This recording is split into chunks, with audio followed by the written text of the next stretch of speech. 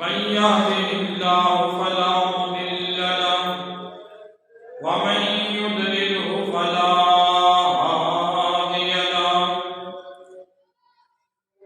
ونشهد أن لا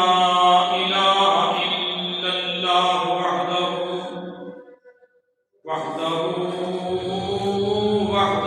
لا شريك له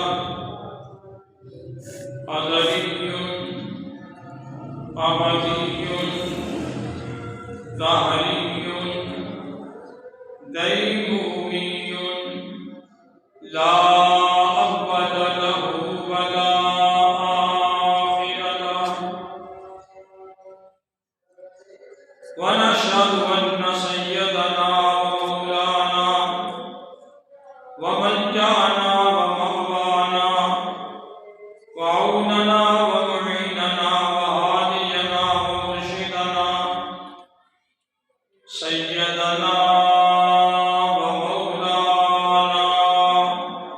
محمدا عبده ورسوله در الله المكنون سر الله المخزون سرور القلب المحزون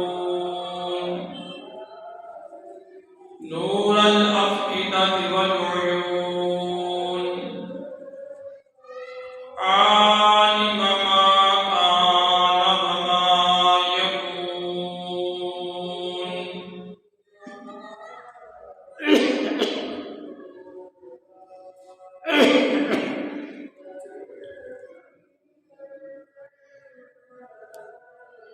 أما بعد أعوذ بالله من الشيطان الرجيم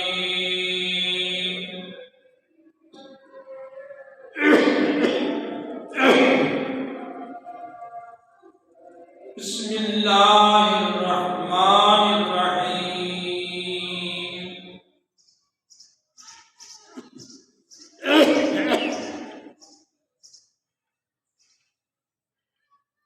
شهر رمضان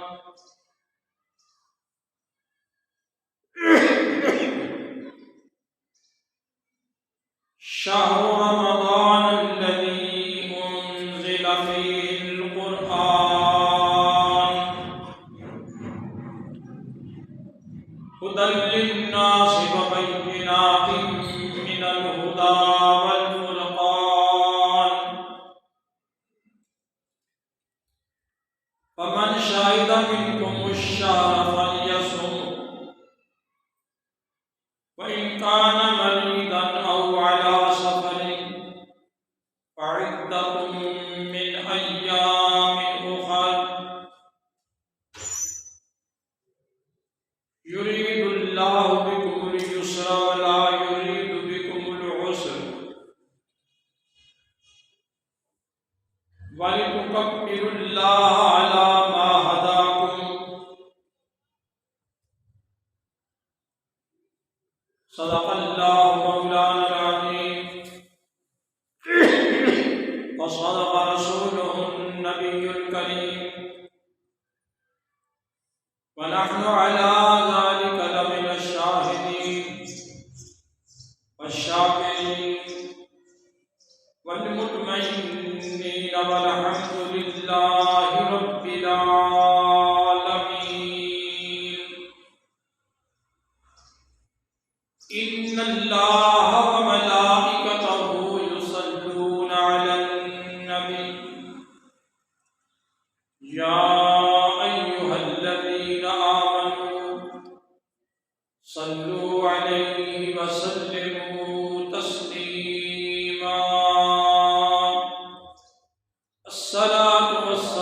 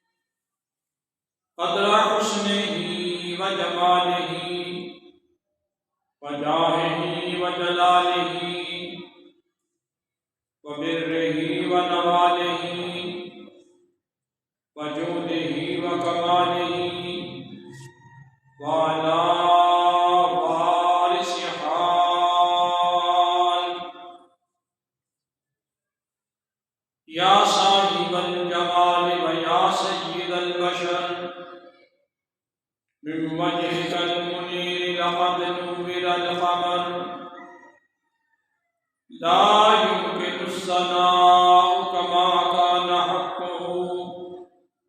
بعد الخدا بزرگ توئی قصہ مختصر اللہ کی سرتاب قدم شان ہے یہ انسان ہی انسان وہ انسان ہے یہ قرآن تو ایمان بتاتا ہے انہیں اور ایمان یہ کہتا ہے میری جان ہے یہ سعادت کے جلوں میں رحمتیں پروردگار آئی مسلمانوں کے گھر چل کر خدا کا لطف عام آیا درے میں خانہ وحدت کے پٹ جبریل نے کھولے ترستے تھے جسے میں خال گردش میں وہ جام آیا شہر رمضان الذی انزل فیہ القرآن مہینہ ماہ مبارک رمضان کا جس میں قرآن نازل ہوا شہر رمضان الذی انزل فیہ القرآن یہ قرآن اس کی تعریف کیا ہے ہدی للناس انسانیت کی ہدایت کے لیے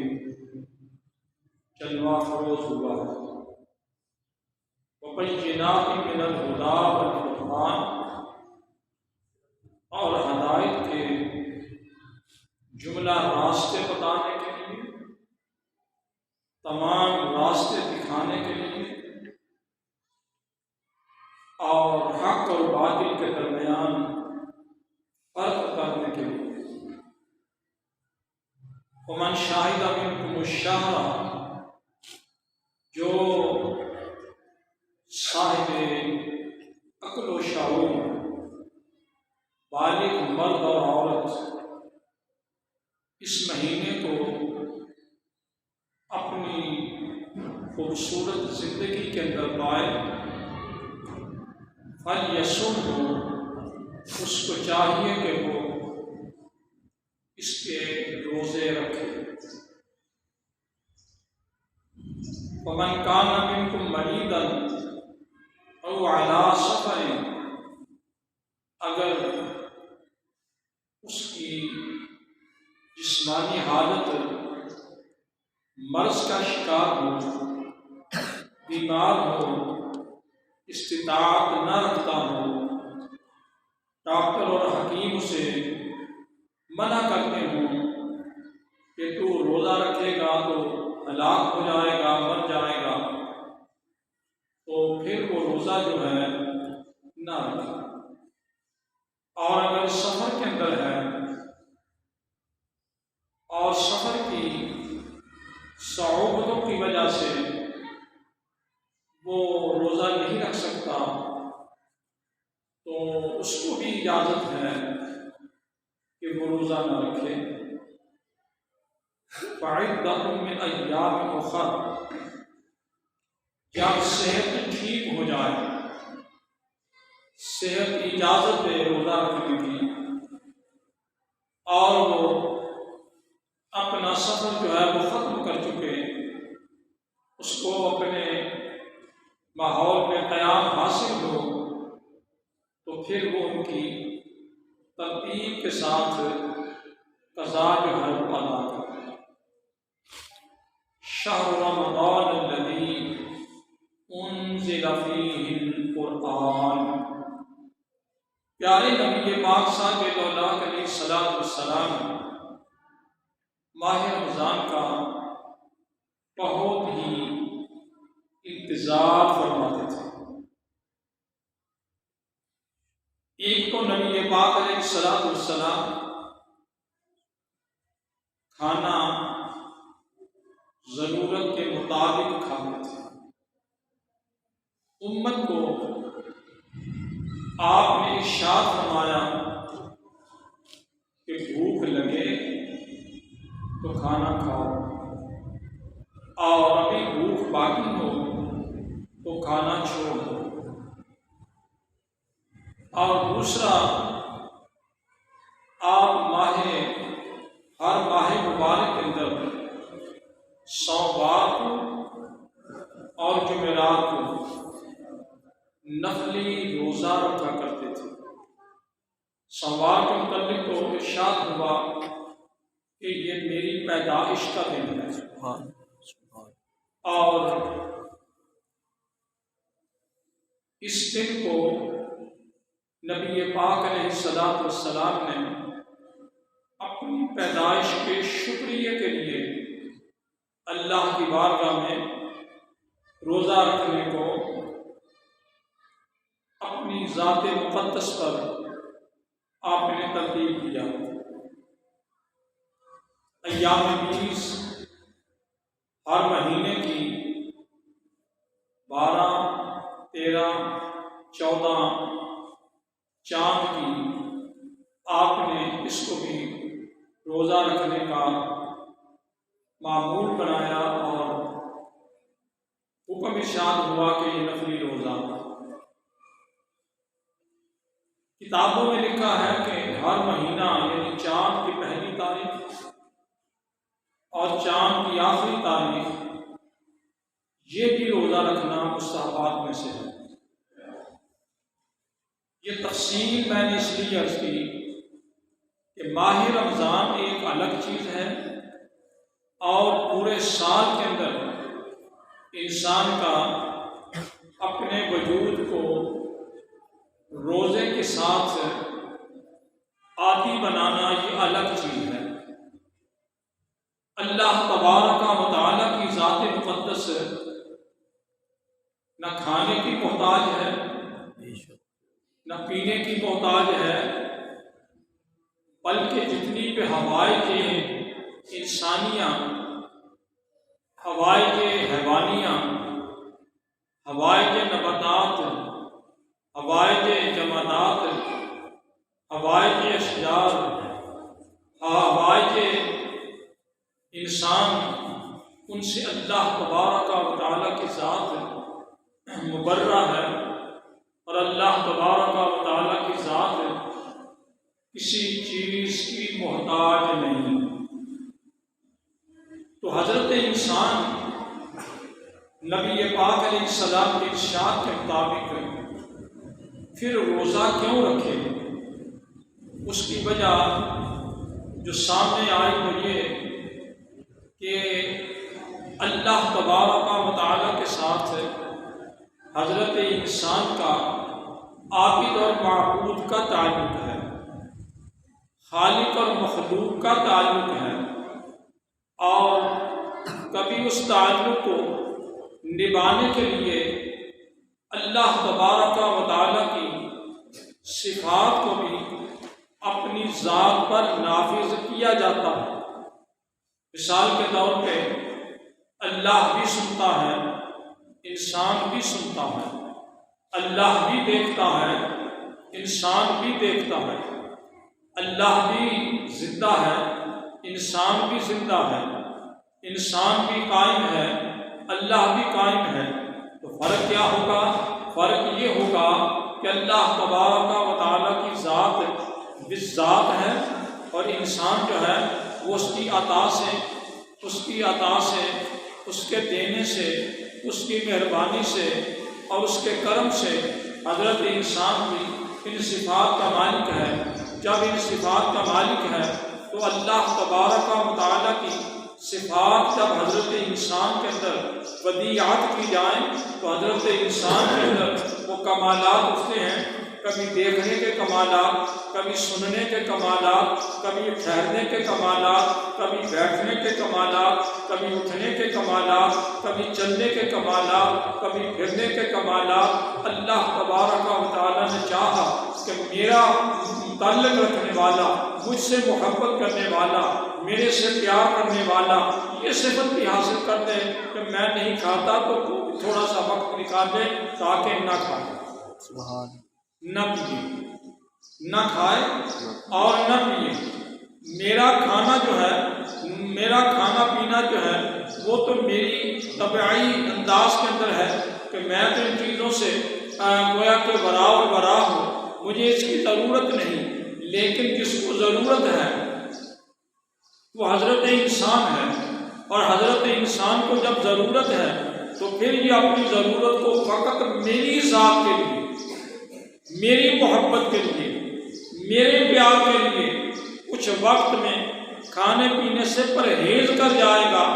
اور مجھے بھی خیال آئے گا کہ میرا دوست بننے والا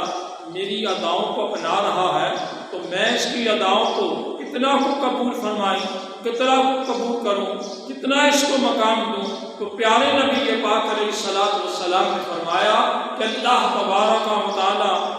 محبوب کی زبان سے ارشاد فرماتا ہے کہ لخلوف الصائم اطیب عند اللہ من ریح المسک، فرمایا یہ ہوا جو روزے دار کے منہ سے نکلتی ہے اللہ کو مشک اور عنبر سے بھی زیادہ پیاری ہے، مشک اور عنبر سے بھی زیادہ پیاری ہوتی ہے۔ اب ذرا اندازہ تو لگائیے کہ بھوک اس کو حاصل ہے لیکن محبت اس کو حاصل ہے، بھوک اس کو حاصل ہے، قرب اس کو حاصل ہے۔ یہ قرب خداوندی کے لیے جو اور بھی طریقے ہیں، ان طریقوں میں ایک طریقہ یہ ہے کہ انسان جو ہے وہ اپنی بھوک اور پیاس اپنی ذات پہ مسلط کرے، اور اس انداز کے اندر مسلط کرے جیسا نبی پاک علیہ الصلوۃ والسلام نے کیا، اپنی خواہشات سے نہیں۔ بعض مذہبوں کے اندر یہ بھوکا پیاسا رہنا یہ ان کی ریاضت ہے اور ان کا جوگ ہے، ان کا طریقہ ہے۔ ان کے اندر غیر مسلم بھی وہ اپنے آپ کو روحانیت حاصل کرنے کے لیے ایسے وہ کام کرتے ہیں، لیکن ان کے کام جو ہیں ان کا نہ تو ان کو ثواب ہے نہ اس کے ساتھ ان کی آخرت بنتی ہے۔ لیکن اللہ تبارک و تعالیٰ کا بندہ جب اللہ کے محبوب علیہ الصلوۃ والسلام کے طریقے کو اپنائے گا تو پھر ایک ایک لمحہ، ایک ایک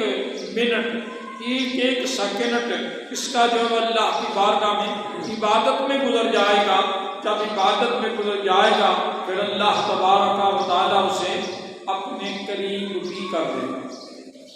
کہاں تک قریب کرے گا؟ مجھے وہ حدیث سے کے اندر آئی،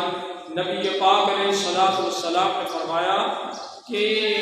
اللہ تبارک و تعالیٰ کا ارشاد ہے، فرمایا کہ الصوم لی وانا اجزی بہ، فرمایا روزہ رکھنے والا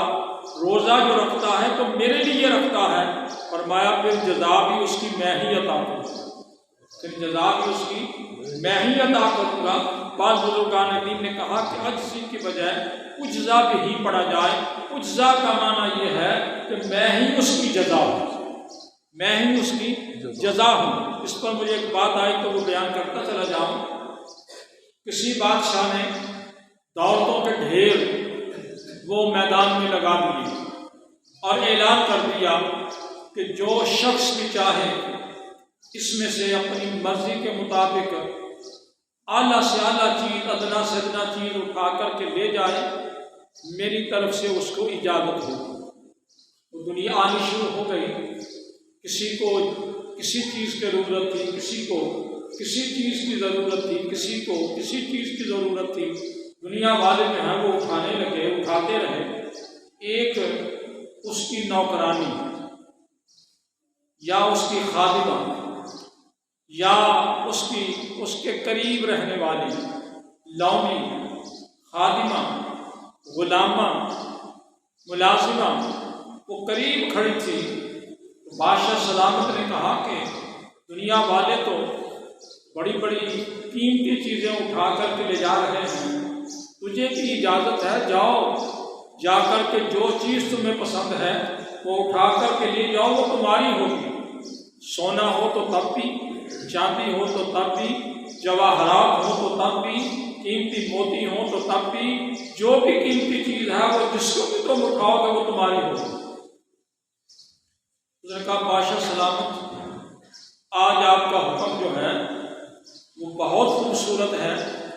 مگر میں بھی اپنی مرضی کی چیز آج لے کر ہی رہوں۔ انہوں نے کہا ہاں ہاں تمہیں اجازت ہے، میں خوش ہوں تم پر کہ جاؤ جا کر کے تم جو ہے نا وہ لے لو۔ تو وہ کھڑی ہو گئی، کہنے لگی بادشاہ سلامت اب میں لینے کے لیے آگے بڑھنے لگی ہوں، لیکن اس مال کی طرف نہیں بلکہ صاحب مال کی طرف، سبحان، اور مملوک کی طرف نہیں مالک کی طرف، اور میں تمہاری طرف بڑھنے لگی ہوں۔ جا کر کے کاندھے پہ ہاتھ رکھ دیا اور ہاتھ رکھ کے کہنے لگی بادشاہ سلامت مجھے مال و دولت کی ضرورت نہیں، مجھے جواہرات کی ضرورت نہیں، مجھے زمینوں اور ان مکانوں کی ضرورت نہیں، مجھے ان بلڈنگوں اور کارخانوں کی ضرورت نہیں، میں تو تجھ سے تجھی کو مانگ نثاری کا ہے۔ ہاتھ رکھ دیا۔ اس نے کہا پگلی لوگ تو جو ہیں وہ دولت لے رہے ہیں۔ اس نے کہا وہ بے وقوف ہیں، وہ نالائق ہیں، وہ جاہل ہیں، انہیں پتہ ہی نہیں کہ ان چیزوں کے مالک کو کیوں نہ حاصل کیا جائے۔ حقیقت تو یہ ہے میرے دوستو، یہ ماہ رمضان جو ہے یہ اس لیے نہیں کہ آپ جنت ہی کو حاصل کریں، فقط اس لیے نہیں کہ آپ جہنم سے باز آ جائیں، اور فقط اس لیے نہیں کہ مقام شفاعت پر آپ کا مقام بن جائے، فقط اس لیے نہیں کہ میزان پر آپ کے اعمال جو ہیں وہ تول دیے جائیں، فقط اس لیے نہیں کہ آپ کے کوثر پیارے آقا سے حاصل کر لیا جائے، فقط اس لیے نہیں کہ پل صراط سے امن سے گزرا جائے۔ جو ایمان والے لوگ ہیں، جو صاحبان محبت ہیں، وہ روزہ اس لیے نہیں رکھتے کہ وہ جہنم سے آزاد ہو جائیں، گناہوں سے پاک ہو جائیں، وہ اس لیے آگے بڑھتے ہیں کہ اللہ تبارک و تعالی ہمارا بن جائے، ہم اللہ کے بن جائیں، سبحان اللہ ہمارا بن جائے اور ہم اللہ کے بن جائیں۔ حقیقت تو یہ ہے اس کے اندر پیارے نبی پاک علیہ الصلوۃ والسلام نے امت مسلمہ کے لیے، انسانیت کے لیے آپ نے کتنا بڑا احساس فرمایا اس مہینے میں مزدور پر مزدوری کرنے میں آسانی پیدا کرو، نوکر اور غلام پر آسانی پیدا کرو۔ پھر فرمایا کہ اگر کوئی آدمی بھوکا ہے تو اس کے کھانے کا انتظام کرو، اور اگر کوئی پیاسا ہے تو اس کی پیاس کا انتظام کرو، اگر کوئی ننگا ہے تو اس کو لباس پہنانے کا خیال کرو، اور کہاں تک خیال کرو، پیارے نبی پاک علیہ الصلوۃ والسلام کے بارے میں آتا ہے کہ آقا علیہ الصلوۃ والسلام اس مہینے کے اندر اس طریقے سے سخاوت فرماتے تھے، کالریح المرسلہ، جیسا کہ آندھی چلتی ہے اور تیز ہوا چلتی ہے۔ پیارے نبی پاک علیہ الصلوۃ والسلام اس مہینے میں اتنی سخاوت فرمایا، سخاوت کی سخاوت تھی۔ اور آپ گویا کہ غرباء و مساکین کے نبی ہیں، آپ ہمارے ہم گنہگاروں کے نبی ہیں، فقط عمراء کے لیے نہیں، لیکن یہ بھی ارشاد ہوا کہ امیروں سے لے لو اور غریبوں کو دے دو، امیروں سے لے لو اور غریبوں کو دے دو۔ اللہ نے تو پیارے محبوب کو یہاں تک اختیار عطا فرمایا کہ خذ من اموالہم صدقۃ تطہرہم وتزکیہم فإن صلاتک سکن لہم۔ فرمایا لے لو ان سے پیارے محبوب، یہ آپ کی بارگاہ میں جو پیش کرتے ہیں لے لو،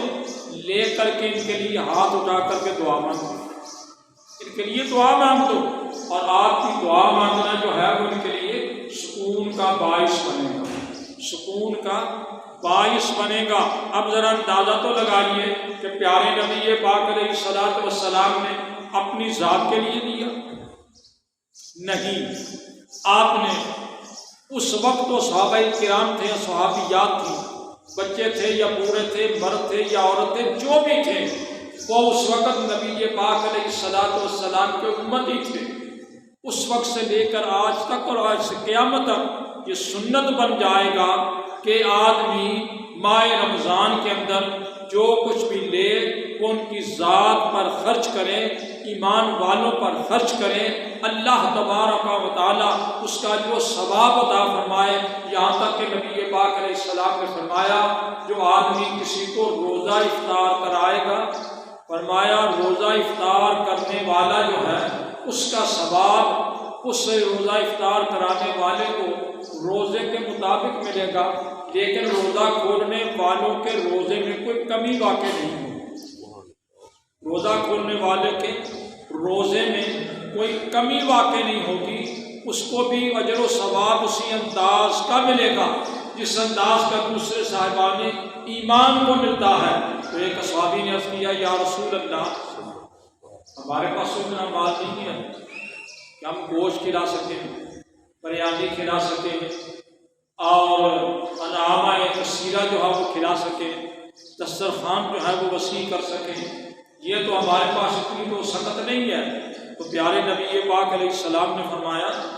دودھ کے ایک گھونٹ سے، دودھ کے ایک گھونٹ سے، یہ کھجور کے ایک دانے سے تم جو دوسرے کو روزہ کھلواؤ گے نا، فرمایا تمہیں اس کا ثواب ملے گا۔ اس کی نظیر جو ہے تو الحمدللہ تعالیٰ ماہ رمضان میں نے سعودیہ کے اندر دیکھی، سعودی عرب کے اندر اللہ کا کرم ہے، اس کے محبوب کا صدقہ ہے، میرے والد کی دعاؤں کا مجھے جو ہے وہ فیضان مل رہا ہے، میری اساتذہ کی دعاؤں کا مجھے فیضان مل رہا ہے کہ میں ہر سال الحمدللہ مدینہ طیبہ کی فضاؤں میں، اب مکہ المکرمہ کی فضاؤں میں کچھ اپنا وقت جو ہے وہ گزار کر کے آتا ہوں۔ اس ساتھ تو نحیف و نزار ہوں، کمزور ہے جسمانی لحاظ سے میں، لیکن پھر بھی مجھے امید ہے کہ اللہ کی بارگاہ میں، اس کے محبوب کی بارگاہ میں حاضری ہوگی۔ وہاں عربوں کو میں نے دیکھا ہے کہ وہ افطاری کے لیے اتنا اہتمام کرتے ہیں، روڈ پہ گویا کہ سڑکوں پہ، مسجد نبوی کے اندر، مسجد حرم کے اندر، اور جہاں کہیں بھی کوئی آدمی افطاری کرنے کے لیے ٹھہر جائے وہ اپنی مقدور پر اپنے انداز کے اندر وہ افطاری کرواتے ہیں۔ تو پیارے نبی پاک علیہ السلام نے یہ اندازہ لگائیے کہ آپ نے کیا کیا، یہ آپ نے غرباء و مساکین کو کھلانے کا پروگرام کیا، غرباء و مساکین کو کھلانے کا پروگرام کیا پیارے نبی پاک صاحب کے دولت علیہ السلام نے۔ تو یوں یہ کیا کیا جائے تو ٹھیک ہوگا کہ یہ مہینہ جو ہے نا یہ اللہ والوں کے لیے عبادت کا مہینہ ہے، عمراء کے لیے عبادت کا مہینہ ہے، اور دینے والوں کے لیے ان کی سخاوت کا مہینہ ہے۔ پھر اور بھی بات ہے کہ اور مہینے کے اندر تم سخاوت کرتے ہو تو ایک کے بدلے میں 10 تک جاتا ہے، بلکہ 400-700 تک جاتا ہے۔ لیکن ماہ رمضان کا کمال یہ ہے کہ ماہ رمضان کے اندر جو صدقہ و خیرات کرے اللہ تبارک و تعالیٰ اسے ایک نفل کا 70 کے برابر اور ایک فرض کا 70 کے برابر اللہ تبارک و تعالیٰ ثواب عطا فرماتا ہے۔ میں نے یہ دیکھا ہے کہ اس میں بہت زیادہ سمجھدار لوگ جو ہیں وہ غرباء و مساکین کا خیال کرتے ہیں اور ان کے افطاری کا انتظام کرتے ہیں، ان کی سحری کا انتظام کرتے ہیں، ان کے ساتھ گویا کہ محبت کرتے ہیں، اور بعض میں نے دیکھا کہ مراج جو ہیں وہ زکوٰۃ بھی اسی مہینے کے اندر نکالتے ہیں تاکہ اللہ تبارک و تعالیٰ کی بارگاہ میں اس کا جو ہے وہ حق ادا ہو جائے۔ یہ صدقات کے معاملے میں پہلا نمبر تو اپنے بہن بھائیوں کا ہے، جی اقربا کا ہے، جی ذوی القربا والیتامی والمساکین، یہ تیسرا نمبر جو ہے وہ ابن السبیل، جی اور والمؤلفۃ قلوب وفی الرقاب، اور گردن چھڑانے میں۔ مقصد کہنے کا یہ ہے کہ اگر کوئی ایسا قرض دار ہے کہ جس کا قرضہ اترنا محال ہے تو اس کا قرضہ جو ہے اگر کوئی آدمی اپنے مال زکوٰۃ سے بھی ادا کر دیتا ہے تو ادا ہو جاتا ہے، لیکن یہ معمول نہ بنا لیا جائے، اور یہ نہ ہو کہ وہ کسی کو زکوٰۃ تو دیں لیکن اس کا کاروبار یہ بن جائے کہ وہ کھانا پینے شروع کر دیں، ایسا نہیں ہے۔ بہرحال یہ تفصیل مسائل میں بیان ہوتی ہے، وقت نہیں ہوتا۔ اس گویا کے مہینے کے اندر اللہ تبارک و تعالیٰ کی بارگاہ میں خشوع و خضوع کا حاصل ہونا یہ اللہ تبارک و تعالیٰ کی طرف سے خاص نعمت ہے۔ ایک بات اور ہے کہ افطاری کے ٹائم پہ اس انداز میں نہ کھاؤ کہ آپ کا پیٹ جو ہے وہ مزید خرابی کی طرف چل جائے۔ معمول کے مطابق کھاؤ تاکہ تمہاری صحت قائم رہے، معمول کے مطابق کھاؤ تاکہ تمہاری صحت قائم رہے۔ صحت کا قائم رکھنا بھی بہت زیادہ ضروری ہے۔ بعض لوگوں نے سمجھا ہے کہ ماہ رمضان کا معنی ہے کہ پھول پھول جو چائے کھاتے چلے، کہتے ہیں جی صاحب خدا بھی نہیں ہونا، وہ صاحب تو نہیں ہونا، پھر ڈاکٹر نے جا کے صاحب دینا نہ دینا لگ گیا کہ ڈاکٹر نے جا کے صاحب دینا پہ جا کوئی بندہ پھنس گیا جی۔ تو بہرحال یہ باتیں تو درمیان میں خوشخبری کے طور پہ آ گئی۔ حقیقت تو یہ ہے کہ اس مہینے کے اندر مساجد کا اہتمام کرنا، مساجد کے اندر افطاری کا اہتمام کرنا اور طالب علموں کا انتظام کرنا، حفاظ کرام کا انتظام کرنا اور مسجد کی تزئین و آرائش کے لیے خرچہ کرنا، مدارس کا بنانا اور مدارس کے اندر انتظام کرنا، یہ اللہ کے محبوب صلی اللہ علیہ وسلم کا پسندیدہ مشغلہ ہے۔ الحمدللہ تعالیٰ ہمارا تو ماحول بھی ذرا کچھ کمزور سا ہے، لیکن پھر بھی یہاں پر افطاری جو ہے وہ مرد حضرات جو ہے وہ مسجد میں کرتے ہیں اور عورتیں جو ہے وہ مدرسہ میں کرتی ہیں، اور عورتیں جو ہیں وہ تراویح مدرسہ کے اندر قرآن مقدس کی سننے کی شکل میں کرتی ہیں، اور وہاں الگ ان کا جو ہے نا وہ قرآن پاک حفظ جو ہے تراویح کے اندر سنانے کا اہتمام ہے، اور مسجد کے اندر ماشاءاللہ ہمارا الگ اہتمام ہے۔ تو مقصد کہنے کا یہ ہے کہ اور یہ مدرسہ بھی جاری کیا ہوا ہے، بنانے کے لیے تیاری کر رہے ہیں، اس کی چھت ڈالنی ہے، اور یہ بہت بڑا مدرسہ الحمدللہ ان بچیوں کے لیے بنا رہے ہیں۔ دیواریں تو کھڑی کرتی ہیں، پلر کھڑے کرتی ہیں، اب اس بات پہ بیٹھے ہیں کہ اللہ تعالیٰ کو وسائل دے تو ہم اس کی جو ہے وہ چھت ڈالیں۔ چھت کا خرچہ جو ہے وہ ہمیں بہت زیادہ ہمارے وہ دوستوں نے بتایا کہ تقریباً یہ 22-23 لاکھ کا خرچہ فقط، لیکن اللہ کی بارگاہ میں امید ہے انشاءاللہ اللہ تبارک و تعالیٰ مہربانی فرمائے گا۔ ایک میرے بھانجے ہیں کویت کے اندر، انہوں نے مجھے ایک خطیر رقم جو ہے وہ بھیجی ہے۔ ایک میرے انگلینڈ کے اندر وہ بھانجے ہیں، انہوں نے مجھے تھوڑی بہت رقم جو ہے وہ بھیجی ہے، تو میرے پاس موجود ہے۔ ایک اور دوست ہے، انہوں نے کچھ وعدہ کیا ہے، دیکھیں کہ اللہ تعالیٰ ان کے کاروبار میں برکت دے، وہ بھی بھیج دیں گے۔ تو یہ تقریباً میں 12-14 لاکھ تک تو میں انشاءاللہ اکٹھا کر دوں گا، لیکن باقی کا معاملہ جو ہے وہ نکاح میرے ذہن کے اندر ہے۔ اللہ کرے اس میں سیمنٹ بھی چاہیے، ریت بھی چاہیے، بجری بھی چاہیے، سریا بھی چاہیے، تو اللہ کو منظور ہوا تو انشاءاللہ آپ دوستوں کے تعاون سے یہ مسجد جیسے بن گئی، یہ مدرسہ بھی بن جائے گا۔ یہ میری ذات کے لیے نہیں، نہ میری ملکیت ہے، یہ اللہ کی ملکیت ہے، اس کے رسول کی ملکیت ہے۔ ہم تو جو کر سکتے ہیں وہ کر رہے ہیں۔ بہرحال یہ مہینہ ہے اللہ تبارک و تعالیٰ کی بارگاہ میں حاصل کرنے،